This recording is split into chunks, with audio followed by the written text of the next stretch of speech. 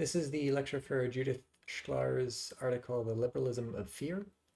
So the first topic is liberalism and Christian Europe. So she talks a bit about the history, not a bit, she talks a lot about the history of liberalism in this article. And I just want to give you a little bit of background uh, on some of the stuff she talks about on pages 23 to 24. So she talks about liberalism as arising from uh, as having its origins in post-Reformation Europe. And so just a bit of history to cover kind of this period that she talks about. So in uh, like 15th and 16th century Europe, you have uh, Catholic Christianity is the dominant kind of Christianity. And then you have in Germany the Reformation, or sometimes called the Protestant Reformation, which is people sort of rebelling against Catholicism in what would eventually become Protestant Christianity. And so this is a big split in Christianity. And then you have a lot of like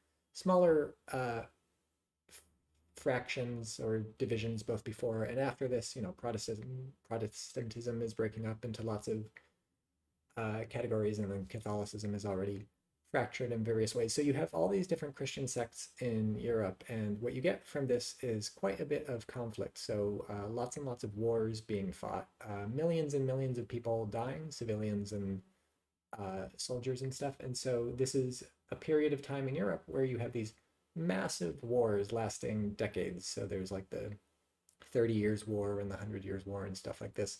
So like gigantic wars ravaging the continent, and uh, people are understandably not very happy with this. And a lot of what we point to as the foundations of liberalism come from reactions to this death and destruction, sort of people thinking about how should we conceive of Christianity and how should we conceive of the relationship between the state and Christianity, and between the state and the individual, and Christianity and the individual, in ways that are maybe going to be less destructive and not going to lead to millions and millions of people dying in religious wars.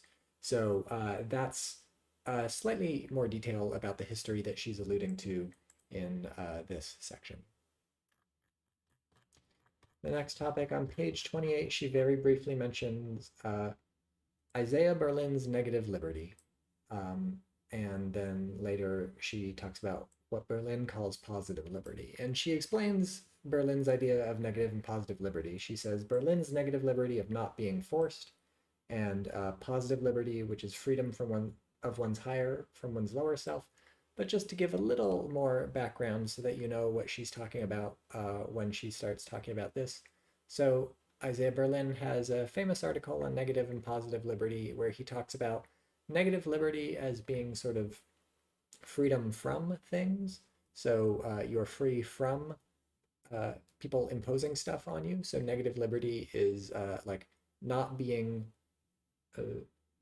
tied down or imposed on in various ways. And this is especially freedom from the government. So the government is not forcing you to do any sort of thing, or say any sort of thing, or believe any sort of thing. It sort of leaves you open to do what you will. And so this is negative liberty because it's negative in the sense of it doesn't like ask you to do anything specific. It's not like imposing on you any sort of thing. It's hands off. It's negative. It's just what is not happening. And what's not happening is people coming down on you and forcing you to live in a certain way or act in a certain way. So that's a negative kind of liberty.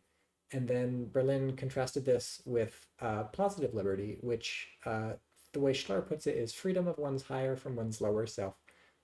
Positive liberty is sort of liberty to achieve certain sorts of things or be certain sorts of things, certain sorts of good, potentially, things. And the thought is that this kind of liberty is secured when you're sort of, I mean, maybe there's lots of ways to secure it, but like the sense in which Berlin was interested in looking at it was this sort of liberty is secured by maybe living in a certain sort of society that brings people up in ways that allows them to achieve certain sorts of things. So the example Berlin was most interested in was the ancient Greeks were uh, looking to cultivate city-states in which you could be a certain sort of person, the sort of person that ancient Greeks thought you ought to want to be, which is a person who's, not ruled by their lower self, as Shklar puts it, not uh, driven just by your emotions, or especially emotions is the wrong word, not driven just by your desires, just by, your lower attitudes and stuff, but rather you would be driven by your intellect and your views of uh, what is good, which are informed by, study of philosophy and stuff. And so the thought is that um, it's better to be that sort of person than to just be driven by your base instincts and things like that. And so positive liberty is being able to sort of govern yourself in this sort of way. And notice that's very different from negative liberty, both because negative liberty doesn't tell you what you want to achieve. It just says what you want to avoid, and you want to avoid people telling you what to do. Whereas positive liberty actually is telling you what to do. It's telling you to achieve a certain sort of thing. And it has a certain sort of thing in mind. This is like the right way to be, and positive liberty is achieving this sort of thing. But also, they're kind of in tension, because negative liberty lets you do whatever you want, including just, being ruled by your desires, by your appetites, by your lower self. And so if you have negative liberty, this lets you sort of run free. And so that kind of contrasts with positive liberty. Positive liberty, achievement of that may require us to limit negative liberty, and similarly, achievement of negative liberty may make it impossible to achieve positive liberty, or at least that is one possibility.